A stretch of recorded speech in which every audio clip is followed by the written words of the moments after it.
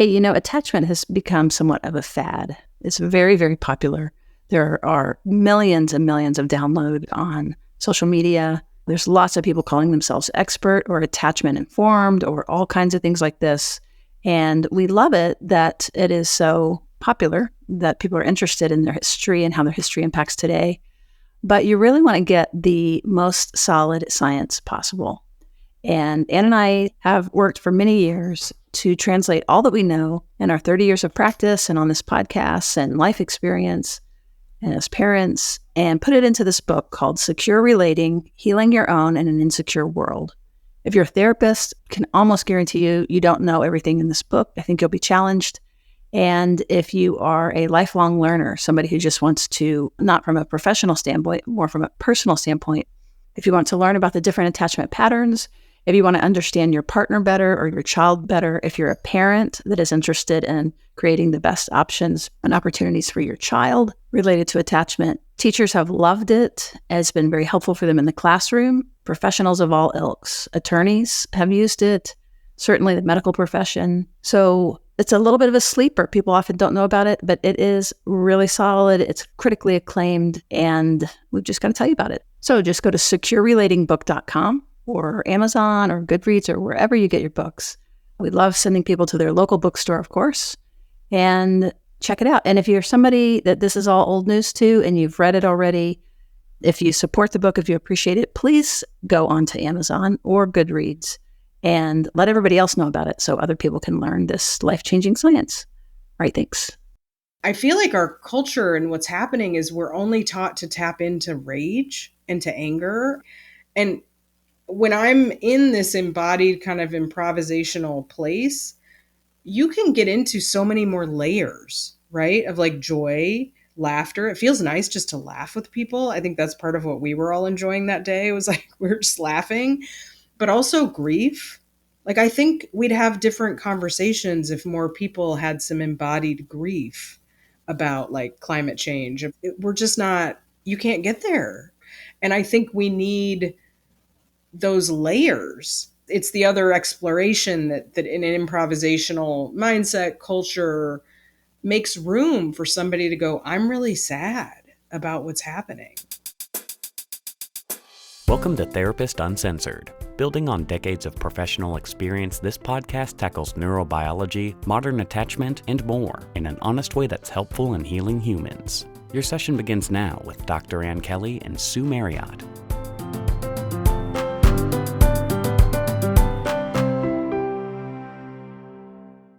Hey everyone, welcome back to Therapist Uncensored.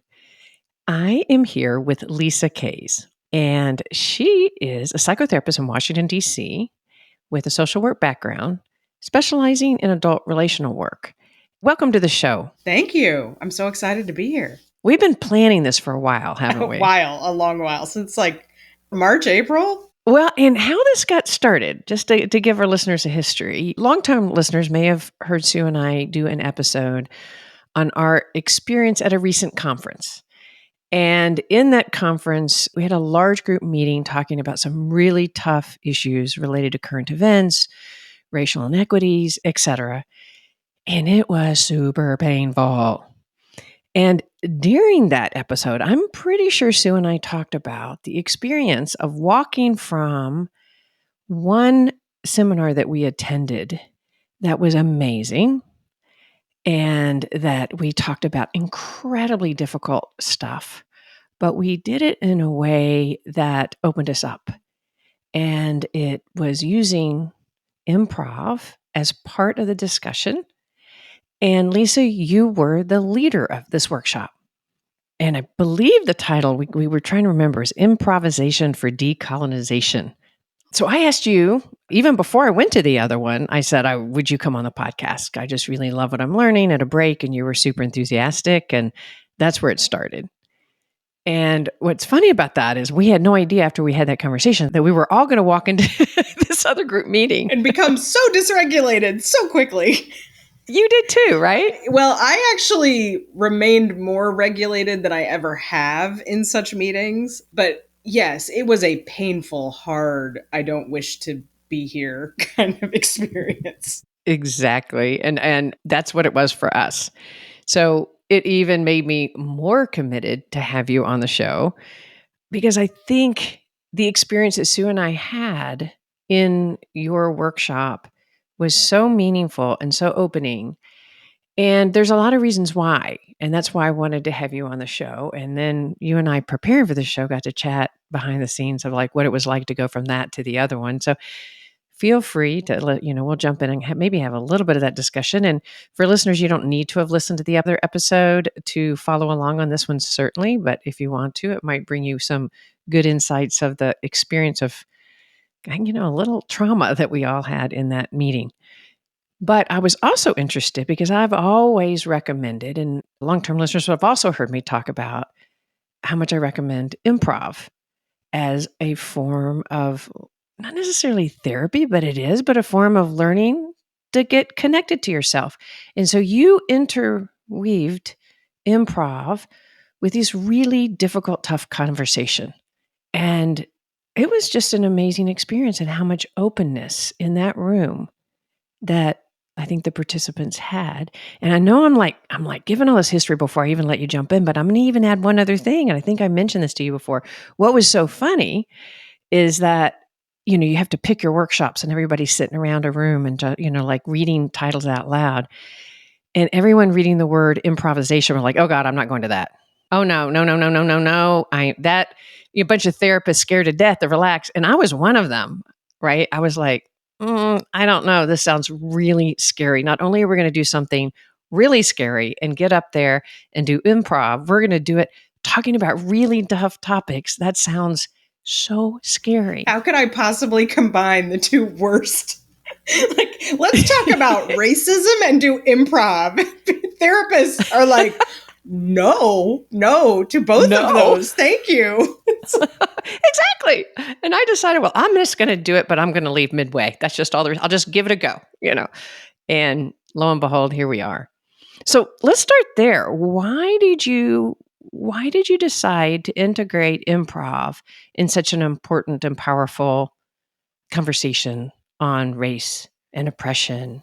So I think the shortest answer sometimes is I was stupid and I was mad. That's often how I get to anything these days.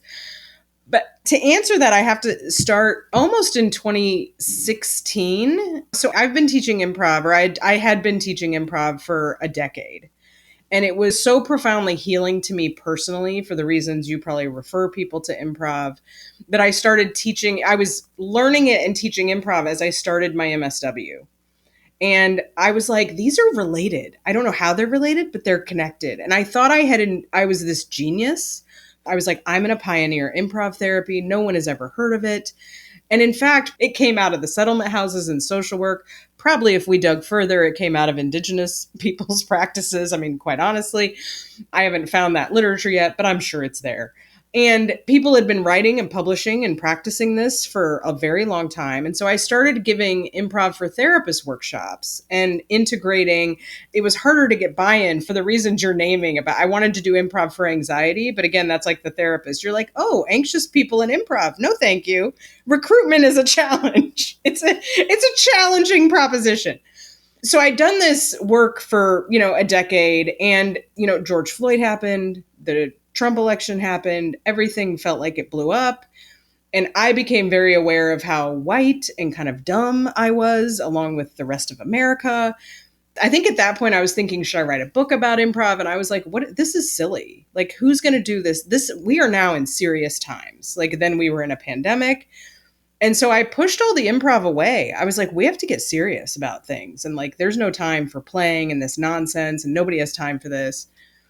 And when I emerged from the pandemic in, I think, a state of like, I would love to hear your description of what our nervous systems were all doing, thinking, I'm fine alone in this box, like not interacting socially for multiple years. And then like coming out of that.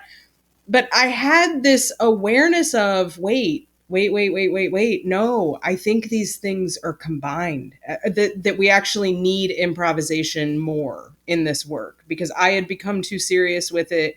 I had experienced so much fighting, like what we watched I had watched organizations struggling, relationships fall apart. I had watched myself become less playful and very rageful and serious and self-righteous and indignant. And I realized, like, well, that's not great. It doesn't seem to be advancing the ball in the way that I might want. And then I think what happened, honestly, was one of the social work boards would not let me do a workshop for CEs on improv and self-care, which is silly because self-care is in the code of ethics. I won't go into that. So I was like, you know what? Fine. I'll do it on improv and social justice.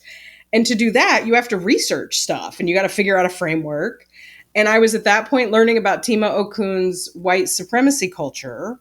And I was like, wait, white supremacy culture is the opposite of improv culture. And I made a little chart and I did a bunch of research and I found all this stuff again, because I think I'm inventing something. I found all this research. There's a book called The Urgency of Now, written about like the intersection of civil rights and improvisation. And I found all this research that linked it together. I did it once. And then something made me angrier. I can't remember before I got to AGPA. And I was like, I'm going to ramp this up. I think what happened was Palestine and Israel, the genocide started everything. And so I went in like, I don't know what I'm walking into. Everybody is going to be in this state of enragement. And I think the communications around it in this organization had felt problematic to me. And I was like, I don't know what I'm walking into, but I'm going to do this. And I realized, like, if you're going to do this, Lisa, this needs to be very grounded and centered in like, you are part of the problem. I am part of the problem too. We are all part of this problem. This culture is in all of us. And that was how I came up with this kind of speech I gave with you guys in the beginning and then integrated it into a game that really called us into how the binary lives in all of us. I am a victim and I am an oppressor and I am privileged and I am like, a target. And because we incorporated movement, improvisation, I think that set the stage, because I did not know going in like, oh, this is going to be great. I was scared walking into that room. Oh, yeah. It's an intimidating group, right? You're not sitting there like that is one intimidating group to be presenting in front of. I will tell you. And I don't know that organization. I didn't know the list of people. And of course, as I've found, improvisation always sort of, if you get to the core of what it is, if I ground myself in what it is, improvisation is a way through very hard things, which is, I think, what we all experienced. I mean, we were all scared. You're saying you were scared. I think we were all like, what's going to happen in this room? This is a hard time. Yeah, it was. You're right. It was right in the middle of the highest points of the tension. Not that we're through it now. And it was really scary talking about these topics because it's so much passion. There's been so much pain. And we talk about Israel and Palestine. There's so much pain on both sides. I mean, it's like so much pain currently and historically. And people have such deep feelings about it. And we can broaden that from that topic to all sorts of topics, whether somebody is a Democrat or a Republican, or we tend to feel things so deeply and expressively, and tolerating one another's opinions seems to be becoming harder and harder to do. And one of the things I did love about is that when you started, I am the perpetrator and the victim. I'm both. Like there was something about getting out of the duality, because I walk into that session feeling like the perpetrator. It's very hard to talk about anything having to do with race or oppressiveness, even as a gay woman, without feeling like the perpetrator in the room. And that sets up a sense of shame and hidden self and fear that I'm going to say the wrong thing or do the wrong thing. And we've come from such a culture lately, too, of the gotcha. You've done that wrong. I'm now going to cut you off and shut out. And so my challenge to going to that group, one is, if I'm going to keep talking about how important I think improv is, and in a therapeutic session, I need to really put my money where my mouth is and show up at that. And I could really feel the fear, but also around that topic was so powerful. Literally, I mentioned in this episode before, this conference is full of therapists. And yet, as much as we all train and talk and work with people to be able to stay regulated, I'm just like you. I went through 2016 enraged and judgmental and raising my fists. I was so much part of the problem. And shifting that is not easy. I think I've gotten a little better, but I think we really need to figure out how to have really tough conversations, but access all parts of our bodies to be able to stay present with one another. And the way that you integrated play, and maybe we should stop for a moment and just talk about improv in and of itself. I mean, we all have seen Whose Line Is It Anyway? Or, we have this idea what improv is. How would you describe improv? One of the ways that you actually, when you came up to me and you said, do you want to be on our podcast, that I had not conceptualized, because we all know about like, okay, yes, and I have to agree to things. If you say the sky is green, we're in a world where the sky is green. But when on this sheet, and I think it is helpful to look at it contrasted. This might be helpful just for everybody to be like, what are they talking about? So like white supremacy culture, just as an example, has this idea of individualism, right? We are individuals, we're tough. Whereas a culture of improvisation is collaborative in its nature. Like you cannot do it by yourself. Before we jump in there, let's talk about the white supremacy culture by itself, because many people hear the word white supremacy culture and you have this idea of maybe white sheets and the Ku Klux, that kind of white supremacy. And when I hear the word white supremacy, I think of myself as far away from that. But when you describe white supremacy, you do it in a way that I felt really connected to and I could really get it. And what we're meaning by that is that a lot of our culture is based very much on the experience of the white Western beliefs, what we value, and where we put our emphasis. It is what is good. What's good, yes. Say more just about the white supremacy culture. So I just wanted to get that idea out of somebody's head if they're sitting here thinking that if you're part of white supremacy, you're this open racist, and that is absolutely not true. Or like, right. And obviously improv would be the opposite of the KKK. And it's invisible. And so what we talked about in the workshop, right, is that it's this invisible thing that we all kind of are like, well, isn't this just the truth, right? That's what culture does. Everybody's culture, it's things you don't see. And so what Tima Okun did was this wonderful framework, because what white people love to do is be like, oh, well, there's African culture, there's Ghanaian culture, there's Palestinian culture, there's Chinese culture, but whiteness is just normal. And everything else is kind of this other thing. And what this framework does is say, no, whiteness has a culture. It is no different. We have our own culture. And recently I've been learning about how the flattening of like other cultures, like Irish culture, Scottish, into whiteness has its own package of problems, but if we do take what they have turned whiteness into, like it's these sort of traits that you can start to see. So this idea of like, we are rugged individuals that can pull ourselves up by our bootstraps. Well, there are many cultures in the world that know that that is not true. That's not how they live. That's not how they function. That's not how things are organized. We could say they are much healthier, usually emotional places to hang out. And so the improv culture is this collaboration, right? But it lets us question this of like, oh, have I been taught that? What is this idea that individualism is better? Wait, I have been kind of indoctrinated into this idea. And, I lived in West Africa. I lived in Benin for 3 years. Like I've seen other ways and what they look like. And it's like, this isn't worse, guys. It's different. But like, we are so ingrained with this idea of our way is better. And this framework lets us go like, is it? Like another one is perfectionism. There is a right way and there is a wrong way. Right? That everything is binary, that it's right and it's wrong. And that's what we experienced in that meeting, right? Is we're going to scream at each other about somebody needs to be right and somebody needs to be wrong. And improvisation says like, there's either or. Like the sky can be green. It's just what we decide and we can play in. And it does like kind of help you think like this, that progress, this is another part of whiteness. Progress is bigger and more. Always. So part of what we're talking about, right, is the assumptions in our white culture that we've always grown up with and always lived with, and we assume it to be true. And that is perfection, somebody being right and wrong, the idea of a hierarchy, that there is better and worse, right and wrong, and the individualism that we think about all the movies that you grew up with. Just think about the movies that say, that really idolize that person who made it from rags to riches all on their own with very little help. And then it's a myth that we begin to believe is the truth. And then we hold ourselves up to that standard without even knowing we're doing it. And one of the ones you brought up that I hadn't even crossed my mind is the time efficiency one. Yes. Like, yeah, that we should always be efficient. I'm so guilty of that. Boy, I want the most efficient drive from X to B, but that efficiency should be highly valued.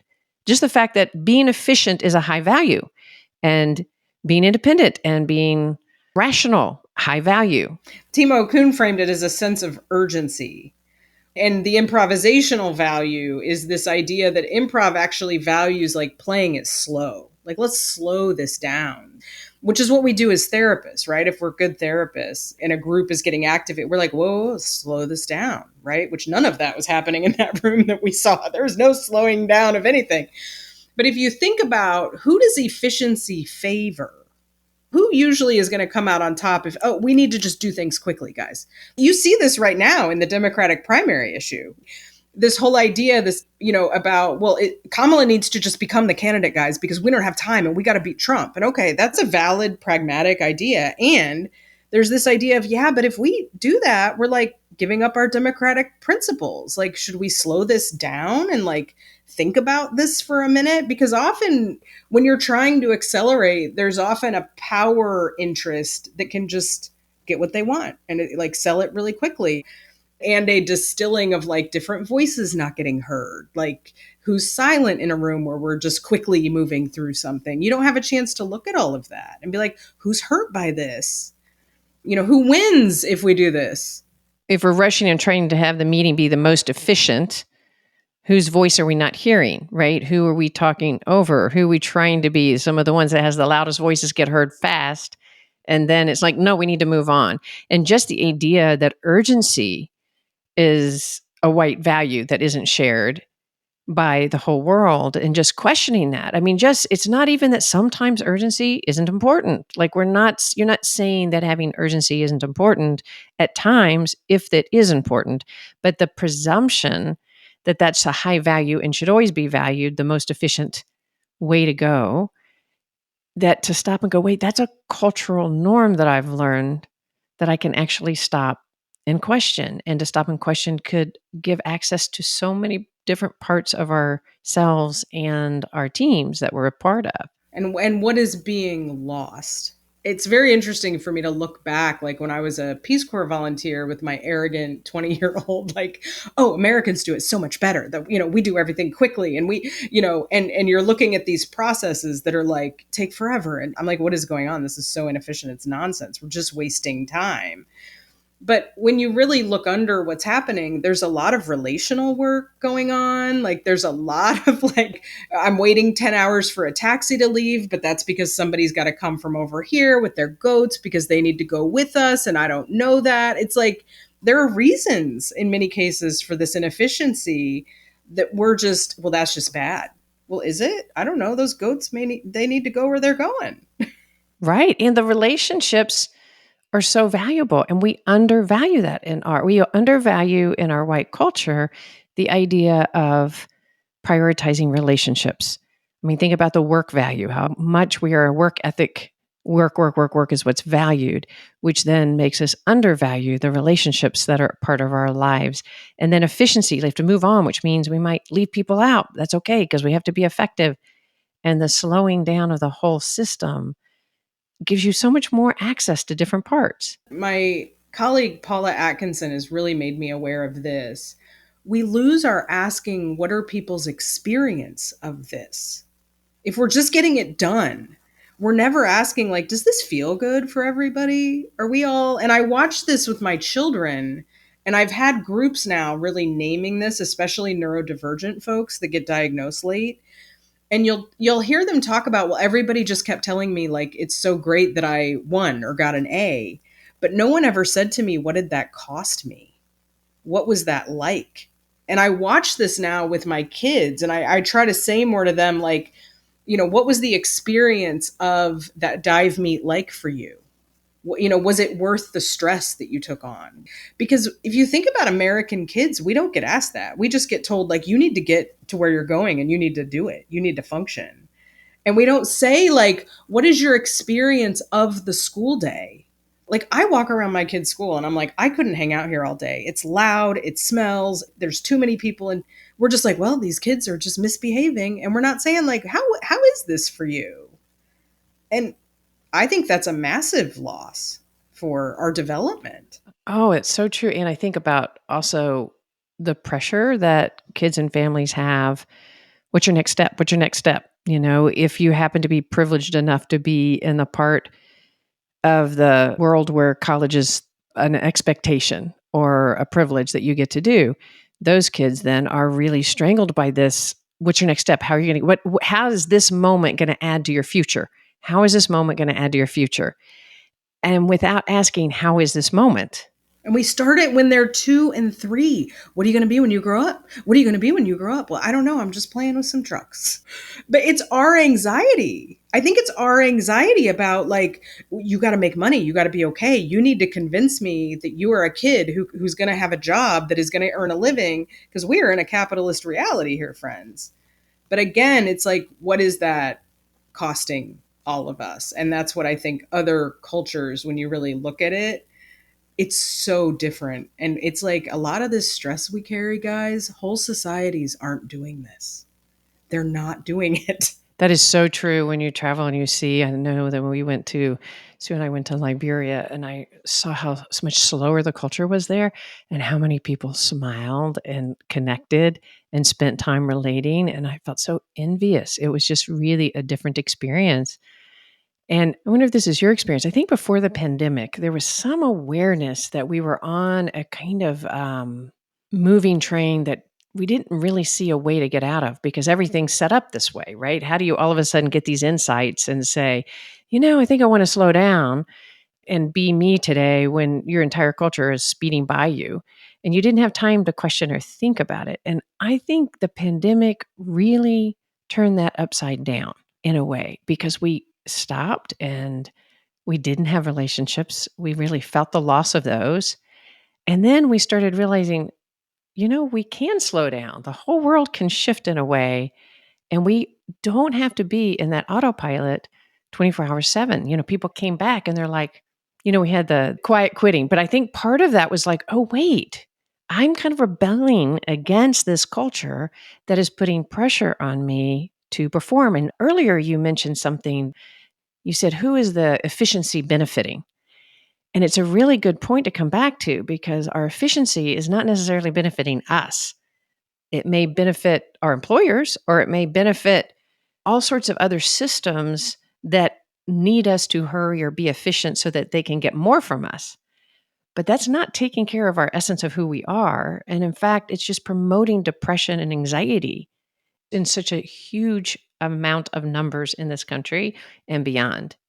We're also not asking, like, what are the ripple effects, right? Like, if I force everyone to come back to the office, we don't ask, like, how does that affect families? How does that affect kids? How does that affect schools? Like, we don't think systemically in this way that it's like, how is that going to make life easier or harder? Or, let's talk to people about, maybe you want to come to the office. Maybe this would help you. Like, you're like, I live in a small apartment with my partner. I would like to murder them. Please send me to the office. Like, we don't create a lot of room. It's just like, well, this is what the office needs, so you will plug in. Right. It's like, this is what we need. You will do it. And what we're talking about here is shifting that to, how is that for you? Because when we move to the relational and we see each other and we see those that work for us or work with us or our partners or our kids, and our body is felt and seen, not in this just make it all about me, but I see you and I see me. And like, how do we work together in that? And I think that's what I experienced so much from getting back to the conference with you, the collaboration. Like, from the very first introduction that you did, and I don't know if you can do that off the top of your head, but I thought the introduction was amazing. And maybe even if you just threw out a few of the examples that you did, but from the onset of that, you set an example of how to be with us. You weren't just teaching. You were with us. And then the use of improv, in my experience, opened up a different part of me. And I got out of that like performance idea, the thing I've got to prove something. And I felt myself move much more in the moment and to be with you and those people in the room. And those people in the room are the same ones that were in the room the end of the day. They were the same individuals. But in this room, where we had individuals that were from Palestine or supported that, we had many Jewish individuals. We were all the same people in there, connecting and talking about hard things, hearing each other and laughing. And those are the same people that went to the evening thing. And so that's what was so powerful to me and so impactful. But it was the use of your I'm here with you and let's be creative together. Can you talk a little bit about that? Do you remember any of your introduction? I do remember some of it. I have gone from being this really kind of self-righteous. I think, a lot of white women went through the like self-righteous, okay, I'm now a white savior. I will tell everyone they are racist. Like, I mean, God help us all that I was like that. But it's true. We did that. And so we became the source of resentment out there. Because we weren't what I realized out over time is we weren't owning our contribution, our dark side. And so I don't remember what it was because I had not planned that intro. Like I literally wrote it the day before. Something made me just sit down and write that. And I think it was something that made me be like, I have to model and situate myself in, I come from both. I can't ask people to come in and be like, okay, I'm going to own my oppressor. So I think I said things like, I was taught growing up as I was to be racist. And because I wanted to model the and of the improv. I was taught and trained to be a racist person, and I am working very hard to undo that. And I think I said something like, I was taught and trained and bullied people about not being in small bodies. And my grandmother was killed by a diet drug, probably, that gave her a heart attack, and now I'm in a big body. And it was long. I mean, you guys sat through a long thing, but I think I wanted to really model these complexities of our identity that are both. And I think also I was like, they have to move while we do this. So we did the stretch and story game. People said that diffused a lot, that they would have that kind of nervous system activation.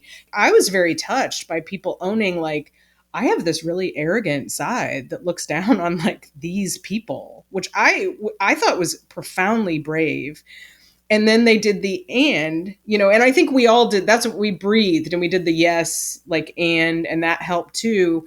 We all stayed really regulated through some very painful admissions of like our own, not just what has been done to me, but these are ways that I have been trained and that I have done harm. And, maybe didn't know I was doing harm. And I think that set the stage, because that was the opposite of what was happening in that room that we were in, where it was like, we are just screaming at each other. Like, I am the victim. You are the bad guy. I am the victim. You are the bad guy. And it was just like, well, that's not getting us anywhere, guys. We all have to come from like, I am doing harm. I'm the victim, I'm the perpetrator. And what was so powerful, the other way is how much we interconnected through some of the examples. You gave us a really good framework. And so we named a lot of our dualities, like I am this and I'm that, right? I am privileged and I came from this. And there was a freedom to really shame to name it. And then across the aisle, we were connecting on all the ways that we had in common, not just the differences. Like when a few of the people of color spoke about how they have been the perpetrators of certain things. There was this like, oh my God, like there was some joining in that. And it left me feeling more open, more not a desire to defend myself more, the very opposite, the desire to explore and go deeper and deeper, which is what I love about the improv. And like you said, you mentioned, and I want to go a little bit more deeply and unpacking the value of the and. Because when I recommend improv, it's often to individuals that have a really hard time with the open, intimate connection because they protect themselves through but, and it's instinctual. It's part of our defense system that if we grew up that becoming too close was scary, we but everything. We yes, but, yes, but. And we can all be yes, butters for sure. But certain systems want to yes, but more because it's part of that hierarchy. And so I was like, improv helps you with the art of joining, the part of connecting to that part of your body that wants to connect rather than that more defended self that does the blocking. Well, and you said something, I think this is the piece I wanted to come back to where you said you were like, you realize that on your chart, the improv side is all the qualities of secure attachment. Like, it's the open, relaxed, like it's the how I know I'm available, which I had not connected. And I was like, oh, and you were like, and the white supremacy culture is the rigid, closed off, and I was like, that really was helpful. And I do think it's so helpful even to just be like, oh, I'm in like constriction. And improv is like, you can't be in constriction. The whole process is we're getting out of constriction. And it's not for everyone, I don't think, but I think it's so helpful to practice that and build the neural wiring about stupid stuff that doesn't matter. You can't do it first with your partner where there's stakes. It's like just doing it about like, oh, the sky's green. Well, I'm not going to argue with you. Like, okay, like I don't care. So it completely takes out that defensive layer for most people very quickly. Whereas if you say like, okay, now argue about like who does the dishes, I'm like, well, I have a stake in that. Hold on. We're not just gonna, but you build these neural pathways. And before you know it, after you practice this a few years, you're kind of like, oh yeah, okay. Like you're more flexible naturally. I mean, I'm still not a walk in the park, but it creates these much more easeful, kind of like, oh, wait, and yeah, and okay, both can be true, maybe. Well, it takes it out of the dichotomy. That was such an enriching, a really fun conversation when my lights went on with you on that, in that how we describe it in secure relating is through a spectrum. And when we're in the middle in our secure relating position, we're in one frame of mind, but at any part in the day, we can move into a highly dysregulated, more preoccupied red state that becomes rigid, or we go down into what we call the blue, more concrete, yes, no, right, wrong, kind of distancing state. And we can all do all of that. And we're always trying to find ways to help people and ourselves build our ability to be in a secure relating place. But if you don't know how it feels, like some of us have had the privilege of a background where we get to hang out in a more secure attachment because we had some privileges in our lives where we were able to develop that kind of connection in our body, whether we were privileged through the support we had or whatever. And then some of us didn't have as much resources. And so we actually live a little bit more in our preoccupied or dismissing or maybe even our tie-dye state. But trying to figure out ways for any of us to be able to feel what it's like. If you really have lived more out on the continuum of the spectrum, you don't really know what it's like to be in an open flow state. It's foreign, it's threatening. And our nervous system goes, what are you talking about? I'm not going to do a yes and. Somebody's going to take over and take advantage of me. And yet the play enacted all that secure relating part of my brain and body that helped me want to open up and expose what I'm shameful about and feel my strength. It was kind of an and. I love what you're saying. I hadn't put all this together either. You're right. If you take somebody who's been in survival mode their whole life, and this happened to me in the pandemic, I feel like where I didn't even know I was in survival mode, right? And then and it was like, oh, I am not great. Like, because you don't know what's happening, especially if you're somebody who's like kind of lived there. And so how do you get to be like, no, it can feel like this piece? So improv, I think, can do that, where it starts to be like, oh, I'm relating to people in this totally new way, because I had been through so many spaces in organizations of the fighting and of the like, there is no way you can talk about race. We cannot talk about oppression. It's hopeless. This is over. I think part of what I wanted from that workshop was like, there has to be a way. And I was like, well, let's try this. I don't know. But when I left with you all, I did have a sense, not like a kumbaya, this is going to fix the world sense, but a sense of like, there is a way. I have now had an embodied experience of talking about hard things across different power dynamics, and nobody blew up, and we actually kind of liked each other. And that is an important, I think, embodied experience of just like, okay, it can be done. Because then you walk into that other room and it's like, well, here we are again. It can't be done. If we leave it there, we think, oh, we have to sort of shut down. We can't have hard conversations. And we need that across the country, across the world. We need to be able to go, oh, wait, we can really do that. And there's a way, but we have to access that part of our own self that's willing to look more deeply at the fact that we are both perpetrators and victims, that we are both and.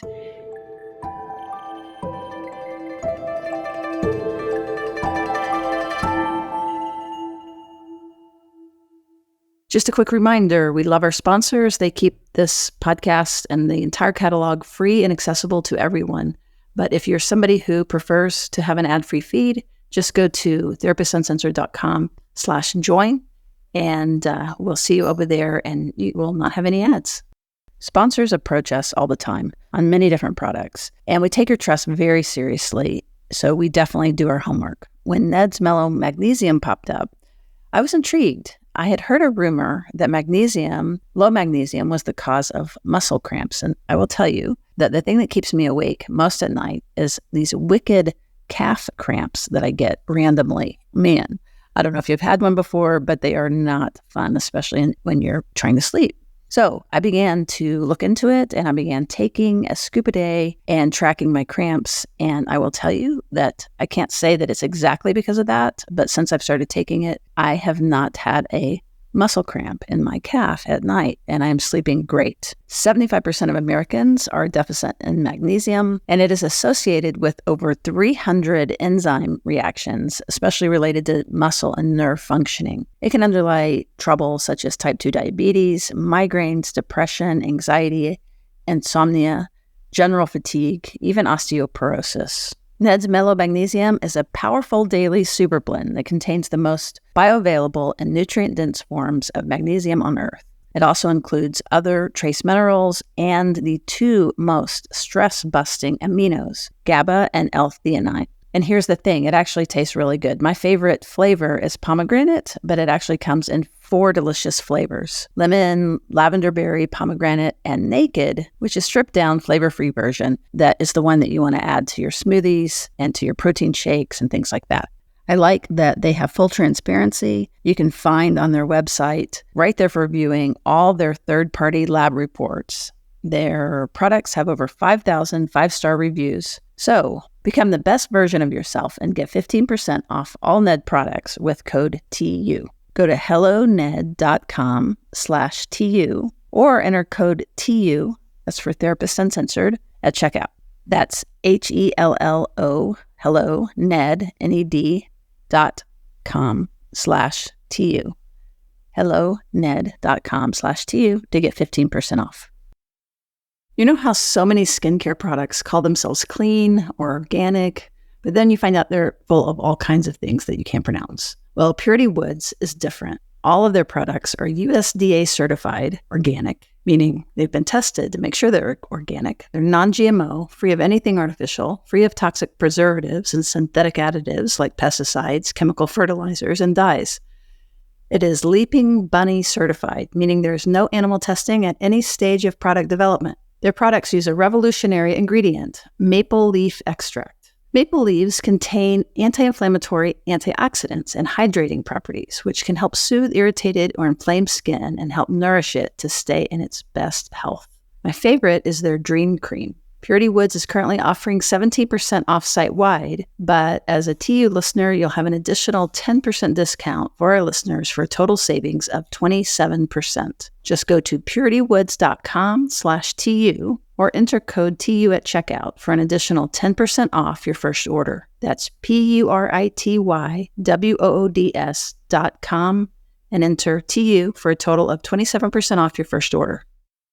Anna and I have started spending more time in Asheville, North Carolina. So we've been away from our home in Austin, Texas quite a bit, and I'm using our longtime sponsor, ZocDoc, all the time these days. ZocDoc is a free app where you can find doctors, dentists, therapists, psychiatrists, all the specialists, and book appointments online. They have thousands of top-rated patient reviews specialists, and you can filter specifically for the ones who take your insurance, are located near you, have openings at a particular time that you want, and treat almost any condition that you're searching for. You can see verified reviews from real patients, which I love, and even specific insurance details, which is fantastic.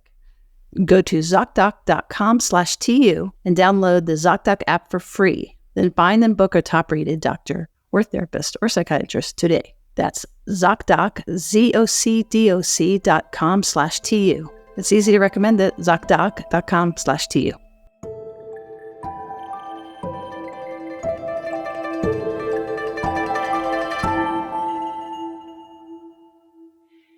If we talk specifically about some of the things that happen, the art of play also, right? It was not, you had games that we played, but we played them together and they were always additive. And instead of competition, which is of course one of the white culture philosophy basis, right? Is competing and we need a winner. Everything was additive. You couldn't go wrong. And I remember one exercise where we were in the middle of the room. I was one of the ones in the middle of the room, and we were trying to do kind of an impossible task, but a fun task. Was it the counting? It was the count. Yeah. So we were trying what seemed simple, but it took a lot of like tuning into each other, et cetera. But the exercise was, set up kind of that you were going to have many failures. Like it was very clear. For usually a very long time. For a very long time. And the group around us watching us, every time we messed up, they applauded us. And we laughed. And we went on and on and on as a group, trying to get it right as a group. But instead of getting angry at ourselves or whatever, it was like the art of, okay, we messed up. It was questioning that perfectionism and that we were going to be judged. And I remember feeling the effect on my nervous system about having the association with messing up and having the clap, and what a different experience that was. So that's just an example of how our nervous system can be impacted through the art of play and the art of coming together with an improv, yes, and that experience. And a change in culture. I love that game. I mean, I could write a book just about that game.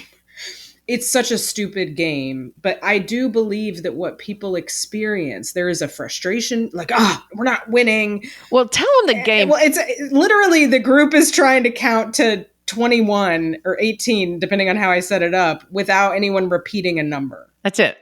And there's no sign. You can't really develop a system. You're not supposed to go around the room. And it's called Zen Count because it is about developing a group rhythm. It kind of requires a little magic, a little group mind. And over time, troops develop the ability, then go up to 100. I mean, you can get really high with troops that are in sync. Again, the in sync nervous systems. We kind of got to believe in the woo-woo a little. Well, that's not woo-woo for our neuro-nerd listeners because it's neuro-Wi-Fi. It's mirror neurons, like right? It's like vibes, whatever we want to say.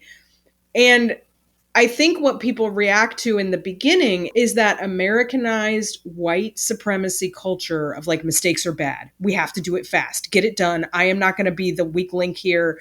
That is a trained nervous system response. And what the clapping does in an improv with a lot of games, you clap for mistakes. And it's literally telling people, yay, you played. You did something. That's all, like you exist and you did something. Yay for you. That is so antithetical to American culture. And noticing that nervous system, because really all a group has to do to succeed in that game is just chill out, trust the moment, not be in a hurry. But that takes a lot of practice over time. And it is deprogramming from American white capitalistic culture that says you better not mess up and we got to get this done. And that it's up to the individual. We couldn't succeed without the group think together.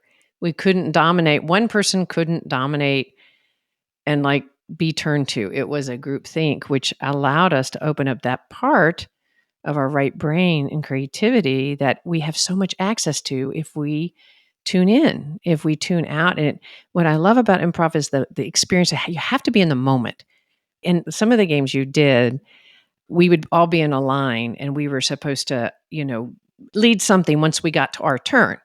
Now, historically, I'd be sitting there practicing in my head, like, okay, it's going to be my turn. What am I going to do that's going to be funny and creative? Okay. And so I would have hardly been able to pay attention to all the fun activities in the middle of the room because I'd been preoccupied with my own performance. And am I going to do it well? Am I going to be funny?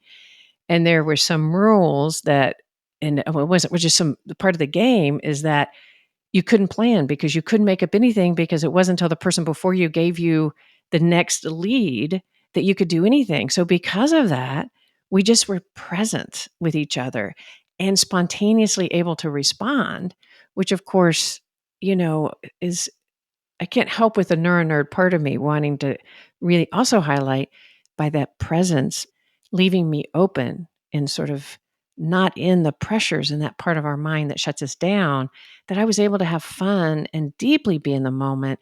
And I was astounded by the creativity that came out of my mouth and everybody else's without any planning. And part of what I talk to people about and when I kind of do what I call the de-indoctrination is it really is a question of saying like, so, okay, you're noticing that like, you're not, you're planning and you're kind of not able to watch and we're not going to judge that, but I'm going to say, is that fun for you? Is that like your maximal fun? And usually people are like, no, my experience of this is actually not great. And it's like, and then there's coaching around the like, how do we make this a good experience for you? Which is again, that this is not about what we think of you. This is not about a performance. And that's where we got into, I think we had a piece around like, what accommodations do people need? Like, is there anything we can do to make the room feel better? Like to really think about like, what is working about this for you or not? And what do you need to let go of? Usually it's internal. What do you need to let go of so that this will be a good experience? Because even with the Zen count, technically, according to that game, somebody could monopolize it. Somebody could go 1, 2, 3, 4, 5, 6, 7, 8, 9, 10, 11, blah, blah, blah. They could do that.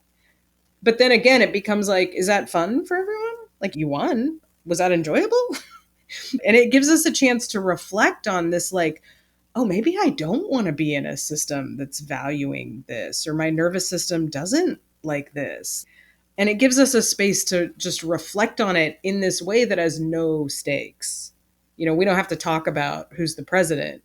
We can just look at like what feels good when we want to create a culture in our house or in our school or in our class or in our therapy room, like in our groups.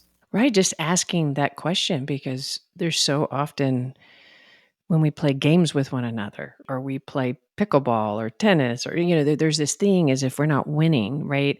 That we forget to even ask what's our experience and that we think the outcome is to win, but to stop and go, am I enjoying this? Am I enjoying the competition? And for some of us, maybe that is enjoyable. Maybe we go in and go, that's actually enjoyable. But it's a funny thing to like stop and go, hey, let me just check in. And then the relational part, the accommodations, how is this for you?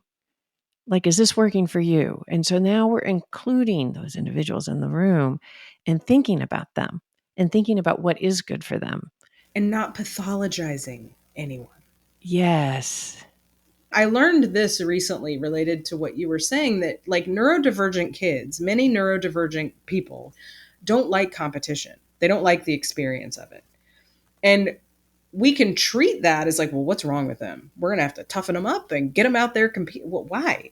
Like now there's all these like wonderful card games and games that are collaborative games that literally I was never exposed to as a child. But like, can't we just say like, cool, you're a collaborator. Great. Nobody is going to die without a soccer team. I mean, no one literally developmentally will like not be okay. And we go to this assumption of like, well, you got to learn how to compete if you're going to make it in this place. And it's like, but I don't know, maybe it's kind of wonderful that some people, we need competitors. We need those people. And we need some people that are like, I would like to think about the greatest good here. I would like to work with others. Like, why are we not going, great, wonderful, we're going to cultivate that? Yes, I love that because we need the teams, right? We like to root for our high school team or our city team of football or soccer. And that's wonderful because it's serving something. And we're stopping to go, is this serving something? But to go, wait, we can also ask, not everybody has to live at that.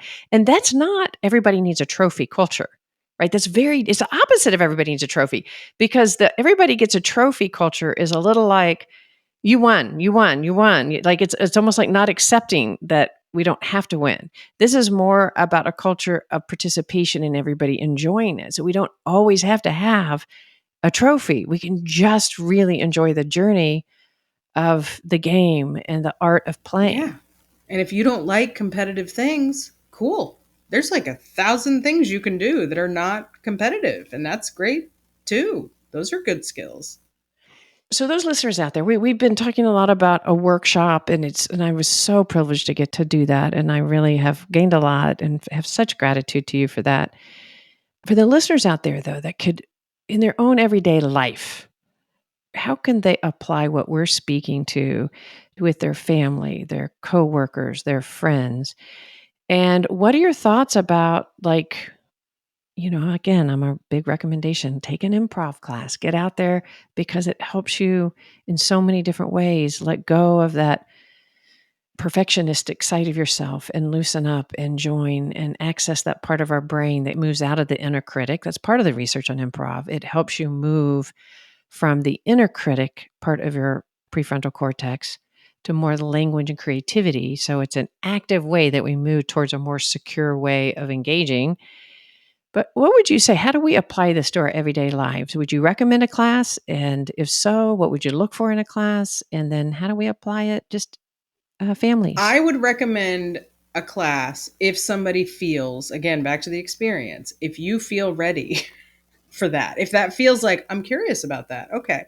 Many improv schools offer like a 2-hour free, come check it out kind of thing before you sign up for, an 8-week class. Great idea. And there are many people who that is too big of a lift. Like that is a nightmare. And so a lot of people spend time with me in therapy getting ready to go to an improv class. And that is a legitimate goal. And so I think, again, it's like, would that feel renewing to me? And if so, off you go. Wonderful. And there are so many other ways I'm learning about how to kind of access that same thing in a less risky place, like different arts, like saying to yourself, like right now, I just took back up the violin, and you got to have a pretty high tolerance for mistakes to play that thing. It's a bit of a nightmare. It's true. I played the viola for years, and it is hard. It is really, I'd played it as a kid, and I was like, I forgot how hard this is. But are you somebody who's thinking, God, I wish I could get back to painting, but I'm just terrible at it. I wish I could do this, but I'll never be good at it. That might be, if improv feels too far, to say like, you know what, I'm going to let myself be bad at something. I am going to let myself be a beginner. I mean, that is the basic principle of improv, is like the beginner's mind. That is such a gift to say, like, I'm going to let myself be quite average in the American culture, possibly even bad at something. That's revolutionary. Maybe you're going to go do that. Make a garden and everything dies. Don't tell anyone. Forgive yourself. That's a step, like we all have to start, I think, where we are. And I think it really is that permission to be in the beginner's mind. I hear so many people that are like, well, I've always wanted to do that, but I'd never be good at it. And I'm like, it's for fun. Who cares? But I was like that. That's what improv cured me of. And that's why I'm so grateful, because it's so sad. We've become so capitalistic and performance-based. We got to be able to get our hobbies marketable. And, it's like we can all just be bad at things. It's really fine. And it's quite liberating. So I think I would also say with kids, we use like just right challenges, I've learned. If improv may not be your right challenge, it might be too high. Start lower. Kill a plant. Kill a plant. But the point is getting away from the perfection and away from the competition and into your own body and experience, and getting into creativity and fun. If painting is fun, it doesn't matter the performance. It's just get into the moment of enjoyment of it. And if I love what you're saying, if the improv is too high, I will say that I've done a few of those 2-hour classes, and it was so scary to go in and so fun. Just to give you guys an idea, it takes the fear out of it because nobody's looking at you to perform. You're all doing it together. You're not standing up there performing. And you don't have to be scared. who's line to, everyone is scared. Everyone is scared. Everyone is clueless. And it becomes, the games are so collaborative that you feel light. But I do want to come back before we completely live improv. Would you talk a little bit more? I know we're packing a lot into this one episode, but talk a little bit more about the yes and as opposed to the but. We've referred to it, but what are some of the principles around improv that make it unique? And I know the yes and is a big part of the underlying culture in that. So the yes and is a huge one, right? That when somebody says, this is our reality, you say yes. I mean, it's not going to be fun to watch two people argue about it. You and I did not have fun at that meeting. It's way more fun to be like, great, the sky's green. Like, what else is true? Is the grass blue? Okay. Like, and then you find a game and you play it. Well, because the yes and, if we can come back to that, the yes and the sky is green. Well, some people can go, but the sky's not green, so that makes no sense. But when somebody comes and says the sky's green and they toss it to you, instead of you looking for the rational, it prompts a different part of your brain to be creative, to imagine a world where now that the grass is yellow, whatever, but it's accessing a different part of our brain that's just creative and not held by these rules that we learned to hold to so it's tightly. The what if brain. Oh, if the sky is blue or green, how does that affect what sunglasses look like, right? In a world where the sky is green. What happens at night? If the sky is green during the day, at night, does it become yellow? Like, if that is true, what else becomes true? What else changes? So it becomes expansive. Yes, it becomes expansive. There's possibilities. And that's where the fun is. And the beautiful part, so this is the other piece, is one of the foundational premises is all I have to bring, like if we're building a house, if an improv scene or a show is a house, all I have to bring is a brick.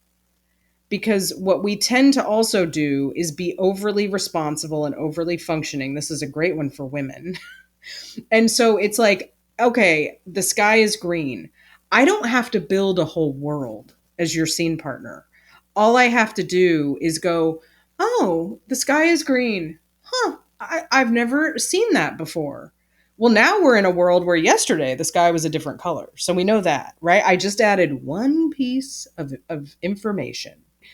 And it relieves that burden that so many of us walk around with of like, well, I got to do everything. I got to know everything.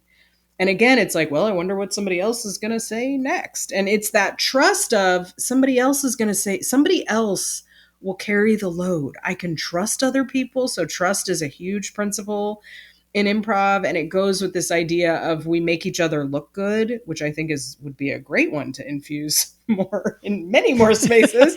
It's one I think we need to practice. Right? But this idea of like, nothing that I do is going to be shaming. It's like I make my scene partner look like a genius. That is my job.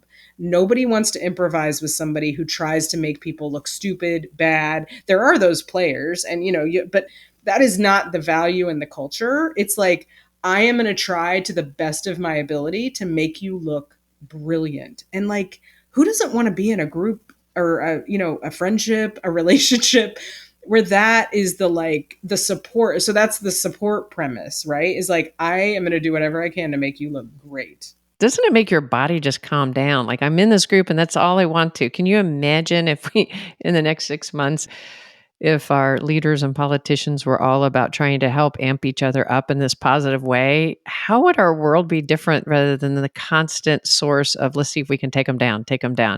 And it's so important to realize that when we're taking each other down, that is a sign of insecure relating. It is not actually a sign of intelligence. It's a sign that I have to take you down because otherwise I don't trust I can stand beside you. And when you have a sense of confidence and security in yourself, you want to build people up. That's our natural instinct. Our natural desire is to build people up and relate. And so it's actually bringing us into more of our natural instincts and away from the cultural teachings of competition and win and putting each other down. We are being taught systematically, I think, like you're saying, to live in that dysregulated state of like, kind of annihilating each other, like you take you down before you take me down. I mean, we are being trained into that binary kind of place. We're watching it happen all around us, and it's like nobody feels safe and good in that place. Like, this idea of like, what are we not talking about? Or what else can I say if I don't have to take you down? Maybe I can then say, like, I'm really afraid of you. Like, what you're doing is scaring me or it's hurting me. And yeah, that person might say, I don't care. I'm going to take you down. It's like, okay, well, I mean, it's more complicated than this, but I do think that we're losing a lot in this just, and that's the rule of improv is nobody wants to watch a scene where two people are just having a power struggle over what color the sky is. It's not fun. It's not interesting. Having experiences where we are not in an instinctual power struggle and having our body, again, why I recommend it for people, having our body experience what it's like to be with people without the power struggle, it shifts the way our nervous system functions over time. Instead of it being a competition, we see people as a resource. It's building the core of trust, which is why I was coming in and to you and saying that is secure relating right there. Everything you just had. So the idea of being able to do that through play, all of a sudden I was thinking, what would it be like for family sometimes, when you go through that period where kids are all of a sudden smarter than anybody in the room and their goal is to point out to their parents the mistakes, all the mistakes they're making. We all go through that process in our families, and all of a sudden we had a family orientation to have, a Friday night improv game. And there are a lot of games that people can access to be able to find ideas to play, and to add that where the game, instead of the brothers tearing each other down, which is so negative for the system, some in humor is fine, but sometimes it's the whole relationship where they have to have the art of playing with one another. Yeah, I'm thinking like I should do that more in my family. Because it's like, but yeah, and to create this kind of culture of playfulness, I think, which I do with my son, and it really can change. Like, he has a list of grievances of my parenting, and I can argue with him about that, or I can be like, yeah, like, sure, it's, what's it like to have the absolute worst mother in the world? Like, tell me, do they give you a trophy at school? Like, I want to know. You can be more playful about it, and then you're going to learn more about each other, right? And like, what is going on here? Are there some things that maybe I could work on? And he then can learn, like, oh, maybe she isn't the worst. Like, she kind of took that okay. Like, the other thing that I think it does is I feel like our culture and what's happening is we're only taught to tap into rage and to anger. And when I'm in this embodied kind of improvisational place, you can get into so many more layers, right? Of like joy, laughter. It feels nice just to laugh with people. I think that's part of what we were all enjoying that day. It was like we were just laughing, but also grief. Like, I think we'd have different conversations if more people had some embodied grief about like climate change. We're just not, you can't get there. And I think we need those layers. It's the other exploration that in an improvisational mindset culture makes room for somebody to go, I'm really sad about what's happening. Oh, and it opens that up. And that's exactly what happened in our thing. I keep talking about the fun we had, but again, I want to return to the deep feelings that we approached of sadness and grief and pain. And yet, as we did it, I felt much more embodied in myself and that less in my head and more connected as people spoke. And that was the power of it. And part of it was that we had played and laughed and opened up and shared our shameful sides together. But then we also were there more for each other's pain. So I really love what you're saying, that it opens up all of us. This isn't just about playfulness, it's about deepening and opening ourselves up. Because we all are, within us are so many ands, right? I'm sad, I'm scared, and I'm, still joyful and living my life, and I feel guilty. And it's like we have to be able to hold all of that and see it all.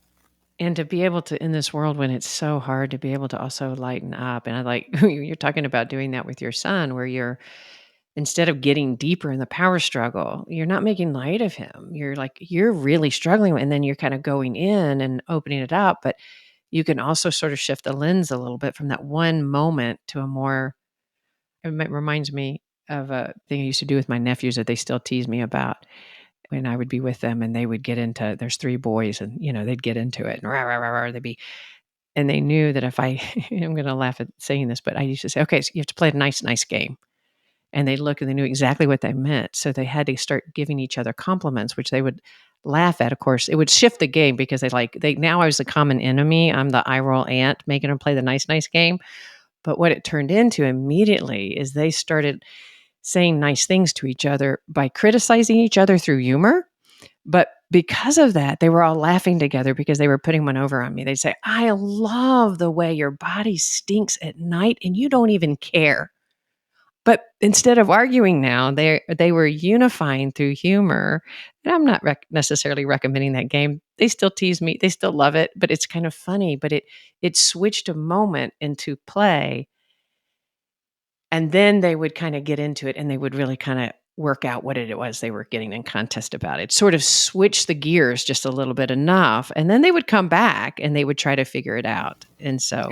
And they're more regulated and they're communicating about what that is in many ways what that workshop was, right? It was like, how can we talk about the things that are upsetting us, which is what these boys were doing, but do it in a way where can we do this in a regulated way somehow and still talk about hard things? And that's kind of what you were teaching them. I mean, we could talk about are they being taught to still pick on each other, whatever. But I don't know. I mean, I think part of relationships is being able to give each other feedback, right? And what was so fun about that is they never actually gave each other serious feedback in that. They were like, it was always really like humorous. Oh, yeah. And if it wasn't true, then it totally was. And then they're not even fighting anymore. It was how much your socks stink when it would be almost improv. It'd be so quick. And they're the funniest individuals that I know. They're so funny. And they would be so quick with it. And then they would all be laughing. But of course, then I'm not necessarily the common enemy, but I kind of am because they're like putting one over on me. So it was sort of shifted the focus and then they became the team in a way, how they could keep this going. And then when I was sad, okay, you're done with a nice, nice game. It was a silly thing. You can tell them they were using the comedy skill of heightening. Very effectively. Yeah. Is that right? So we're going to have to wrap up. Sadly, I could talk for hours with you and probably will continue at another time. But are there any other ways of accessing kind of these kind of improv games that are accessible to families? All over the internet. Improv is now like all over the internet. I am sure, I haven't looked a ton, but I know there are people that are doing like classes for kids. So I'm sure there are books of like kids improv that I haven't looked. I do more adult stuff, but you can Google like improv games and I bet there's a PDF somewhere on the internet. I have game sheets that I created with some of the ways that I use them therapeutically, but there's infinity books. There's the Spolin books. There's infinity books. I love it. So we can access it. And I did want to broaden it beyond you have to go into a class, even though it's a high recommendation for me. I think I've said that a few times, but at the same time, you don't have to walk into a class and you can do it with your own family. You could do it with your coworkers if you're having a hard time. You can do it while you're waiting for a table at dinner. You can take a friend to an improv class. That makes it a little less scary. Like take a pal, both go terrified. But find joy, get to the other side of your brain and allow yourself to have the creative sense of self. Again, whether that's art, killing a plant and not you're not going to try to kill the plant, but being able to try something and getting away from the perfection and the competition and into the experience of the moment. Yeah. There's even something that we do call bad prov. So you could even say, I'm going to try to do this badly. Oh, great. And maybe then you can take a risk. I love it. It's all about taking risks. I wanted to mention that you have started your own podcast. So, yes. Say a little bit about that. I have a podcast with my friend and colleague, Paula Atkinson, called What If Nothing's Wrong With You, which explores a lot of these themes around this idea of like how we are indoctrinated to think there is something wrong with us. I'm not good enough. My body's not the right size. I'm whatever. And so we're just two therapists talking very casually. We use a lot of humor. We tell our own stories of how we were stupid, kind of like I did today. And we try to just demystify therapy a little bit and help people know what's a good therapist, what's a not great therapy, what are, some thoughts, how's training for therapy, the questions people want to ask therapists, we kind of try to handle talk about like, what do you kind of wish your therapist would tell you if they weren't your therapist? Oh, that's so fun. I love it. That was some of our idea when we did Therapist Uncensored. I think we got a little serious, but I love where you're going with that. So yeah, check that out. We'll have that in our show notes. If somebody wanted to reach out to you, how would they find you? My website is Lisa Kays, LISAKAYS.com, and it has a inquiry form and all that stuff. You have even an online group, right? I have in-person therapy groups. Some of them are hybrid, so it kind of varies. I don't currently have an only online group. Okay. And I do trainings and workshops. I had groups, and I try to shake it up.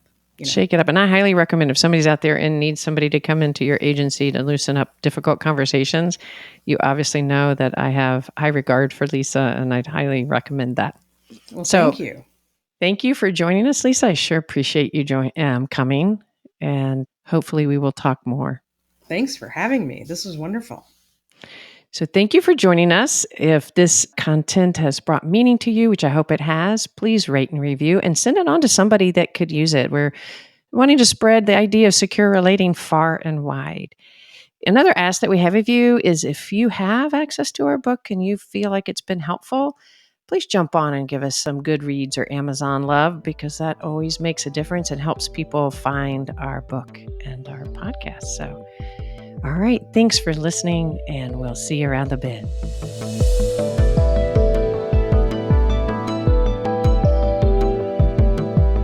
Therapist Uncensored is Ann Kelley and Sue Marriott. This podcast is edited by Jack Anderson.